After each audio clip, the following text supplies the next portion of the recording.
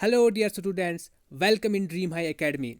First of all, Team Dream High Academy wishes all the best for all those candidates going to appear in tomorrow's JKSSB class fourth examination. कल से आपके जो exam start हुए class fourth के लिए, तो सबसे ज़्यादा डिमांड हमें जनरल साइंस के बारे में आई. तो इसके रिलेटेड हमने बहुत ही इम्पॉर्टेंट आप लोगों के लिए वन लाइनर फैक्चुअल क्वेश्चंस लाए हैं. 50 क्वेश्चंस हम कर लेंगे. ओके, सो चलिए स्टार्ट कर लेंगे. आपका टाइम बहुत ही प्रीशियस है, सो हम उसका भी ख्याल रखेंगे. ठीक है ना, जल्द से जल्द इन 50 क्वेश्चंस को हम समेट लेंगे. जल्द ही, कम ही टाइम है. चलो स्टार्ट करते हैं फिर. क्वेश्चन वन या point number one, speed of sound is maximum in solids and minimum in gases. यानी कि साउंड जो है ज़्यादा तेज़ ट्रैवल कर रही है सॉलिड मीडियम में और गैसेस में मिनिमम मतलब गैस मीडियम में कम ट्रैवल कर रही है. ओके, स्पीड इसकी कम होती है. 4 types of teeth, incisors, canines, okay, premolars and molars. इनको ये इस्तेमाल होते हैं कटिंग के लिए और फॉर टीयरिंग. कैनाइन्स जो है आपके टीयरिंग के लिए, premolars chewing and molars chewing and grinding. Okay, hardest part in the body is tooth animal. ठीक है.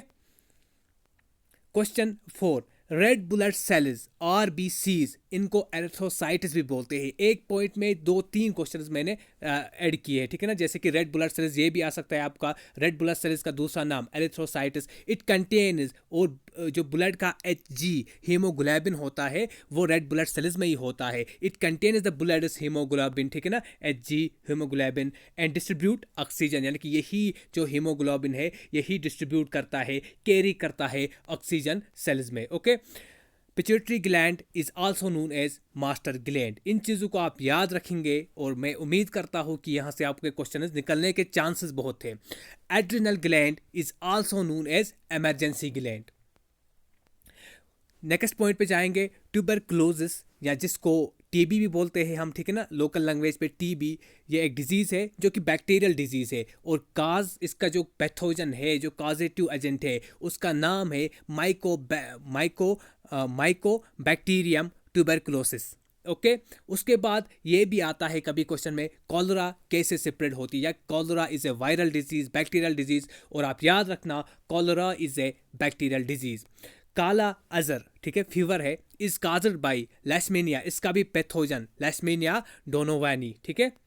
क्वेश्चन 10 या पॉइंट नंबर 10 पे चलेंगे. Sickle cell anaemia. ठीक है, ये एक ऑटोसोमल क्रोमोसोम डिसऑर्डर है. ठीक है, जहाँ पे क्रोमोसोम नंबर उतना ही आपको याद नहीं रखना है, सिंपली याद रखो क्रोमोसोम 2 तरह के होते हैं. ठीक है ना, एक सेक्स क्रोमोसोम होता है, एक ऑटोसोमल क्रोमोसोम होता है. सो सिकल सेल एनीमिया जो है ये एक ऑटोसोमल क्रोमोसोम डिसऑर्डर है.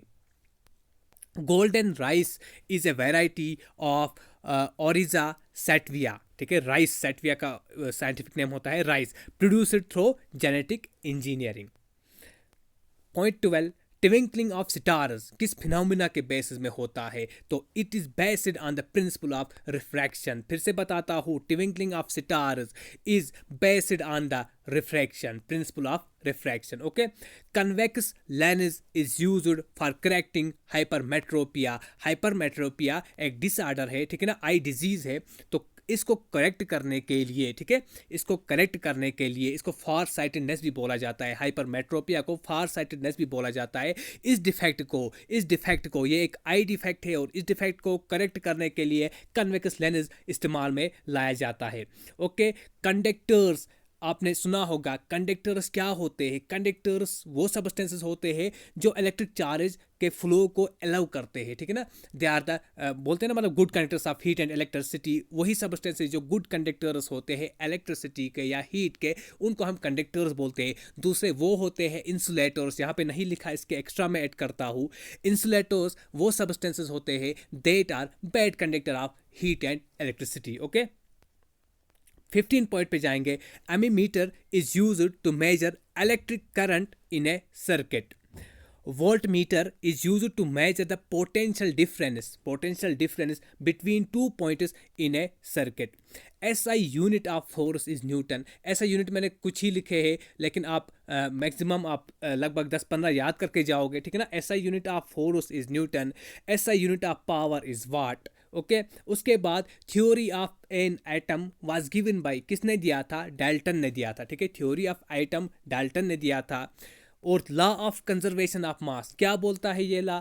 कि मैटर के neither be created not destroyed. ठीक है ना. इस लॉ को किसने दिया था? इस लॉ को लेवेजर ने दिया था. उसके बाद कभी आपका क्वेश्चन ऐसे भी आता है, आइसोटोप्स क्या होते हैं, आइसोबार्स क्या होते हैं. ठीक है ना. तो मैंने एक डायरेक्शन आपको दिया है इस पेपर में, किस तरह से क्वेश्चन आपसे पूछ सकते हैं. Isotopes have the same atomic number, यानी हम सबको पता है कि एटॉमिक नंबर और एटॉमिक मास होता है, जिनका सेम एटॉमिक नंबर होता है और डिफरेंट एटॉमिक मास होता है, उनको हम बोलते हैं आइसोटोप्स. किस तरह से? जैसे हाइड्रोजन का एटॉमिक नंबर क्या है? 1. एक हाइड्रोजन का एटॉमिक नंबर यानी कि H11, हाइड्रोजन का एटॉमिक नंबर 1 और एटॉमिक मास भी 1. उसके बाद है H12, एटॉमिक नंबर 1. याद रखें, यहाँ पे एटॉमिक नंबर ये डिनोट करता है और ये एटॉमिक मास है. ठीक है. एटॉमिक नंबर होता है नंबर ऑफ इलेक्ट्रॉन्स और एटॉमिक मास होता है प्रोटॉन्स प्लस न्यूट्रॉन्स. ओके.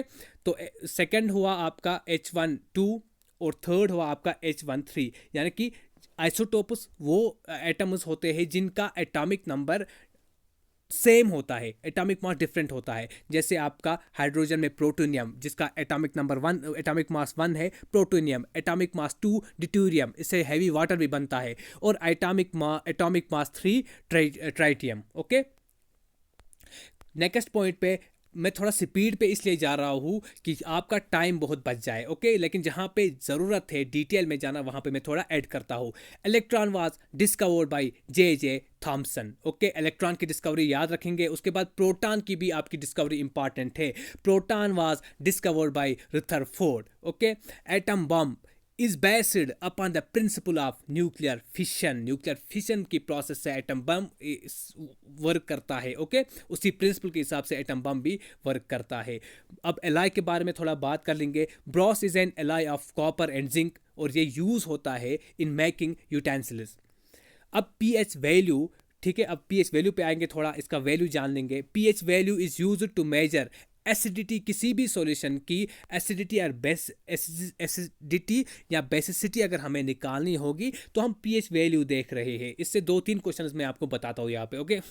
अगर किसी सॉल्यूशन का पीएच वैल्यू 7 आता है तो हम इसको न्यूट्रल मानते हैं. अगर 7 से कम आता है, अगर यहाँ पे 7 है, 7 से कम वैल्यू आ जाता है, 6 आता है, 5 आता है, 4 आता है, तो हम एसिडिक मानते हैं उस सॉल्यूशन को. और अगर 7 से ऊपर जा रहा है, 8, 9, ठीक है ना, तो हम बेसिक मानते हैं इस सॉल्यूशन को. ओके. यही एसिडिटी बेसिसिटी जानने के लिए हमें पीएच वैल्यू की ज़रूरत होती है. सो pH value is 7 for neutral solution, less than 7 for acidic solution and greater than 7 for basic solutions. Okay. Question 27. Baking soda is a sodium hydrogen carbonate और इसका फार्मूला ये है. Na से सोडियम, उन स्टूडेंट्स के लिए जिनका मतलब साइंस बैकग्राउंड नहीं है, Na सोडियम से, ठीक है ना, H से हाइड्रोजन और CO3 से कार्बोनेट. ओके.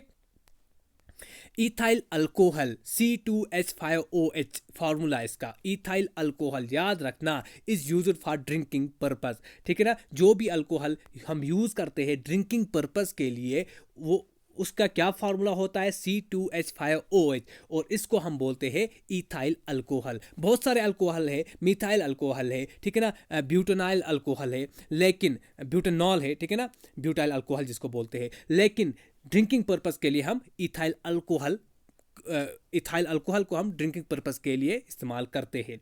ओजोन, हमें पता है ओजोन लेयर कहाँ पे है? स्ट्रेटोस्फीयर पे. इस पॉइंट को भी लिखो, ozone layer is present in the stratosphere. O3 formula इसका, ये एलोट्रॉप है ऑक्सीजन का, नेसेंट ऑक्सीजन से बनता है आपका ozone layer. Okay. Full form of radar, radio detecting and ranging. 31 पे आएंगे. Question number 31. Chemical name of common salt, जो भी साल्ट हम यूज़ करते हैं अक्सर घरों में, ठीक है ना, उसका जो केमिकल नेम है वो है सोडियम क्लोराइड, NaCl, Na से सोडियम और Cl से chloride, sodium chloride. Okay, bleaching powder is used, जब भी हम देखते हैं ड्रिंकिंग वाटर में कभी हम ब्लीचिंग पाउडर मिलाते हैं, वो क्यों करते हैं? So it is used as disinfectant. Okay, bleaching powder is used in drinking water as disinfectant.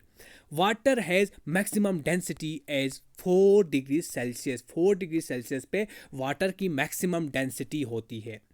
Question 34 में आएंगे। बैरोमीटर से आप याद रखेंगे, बार से याद रखेंगे कि ये प्रेशर के रिलेटेड कुछ ना कुछ इंस्ट्रूमेंट जो प्रेशर को मेजर करने में लगता है, लेकिन कौन से प्रेशर को? Barometer is used to measure air pressure. Okay, ear pressure.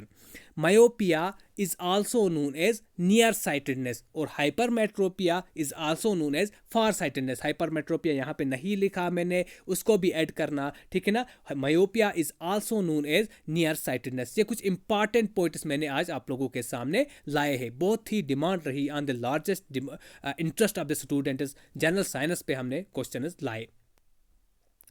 HCl helps in digestion, यानी कि HCl का दूसरा नाम अगर हाइड्रोक्लोरिक एसिड भी है। HCl यानी हाइड्रोक्लोरिक एसिड हेल्प करता है ह्यूमन बॉडी में डाइजेशन प्रोसेस के लिए। Okay, filament of electric bulb is made up of tungsten, जो फिलामेंट होता है, ठीक है, इलेक्ट्रिक बल्ब का ये वाला वो कुछ ऐसा वायर, ठीक है ना, ये टंगस्टन का बना होता है। It's made of tungsten. Nitrous oxide is also known as laughing gas, ठीक है ना, nitrous oxide is also known as laughing gas.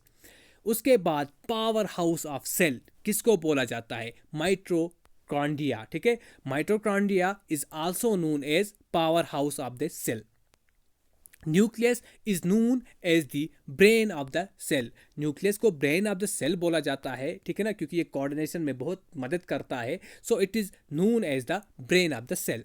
Methane, methane का अगर फॉर्मूला लिखेंगे हम CH4, ज़्यादातर ये रिलीज होता है पैडी फील्ड्स में, ठीक है ना, पैडी फील्ड्स में। अगर लिखना चाहते हो तो ऐड कर लो, अदरवाइज इंपॉर्टेंट नहीं उतना। मीथेन का फॉर्मूला याद रखेंगे आप, CH4, ये मतलब गोबर गैस में ये बल्क अमाउंट में प्रेजेंट होता है, 40 to 60% गोबर गैस में मीथेन पाया जाता है। ओके, बाकी जो पोर्शन होता है कार्बन डाइऑक्साइड उसमें पाया जाता है।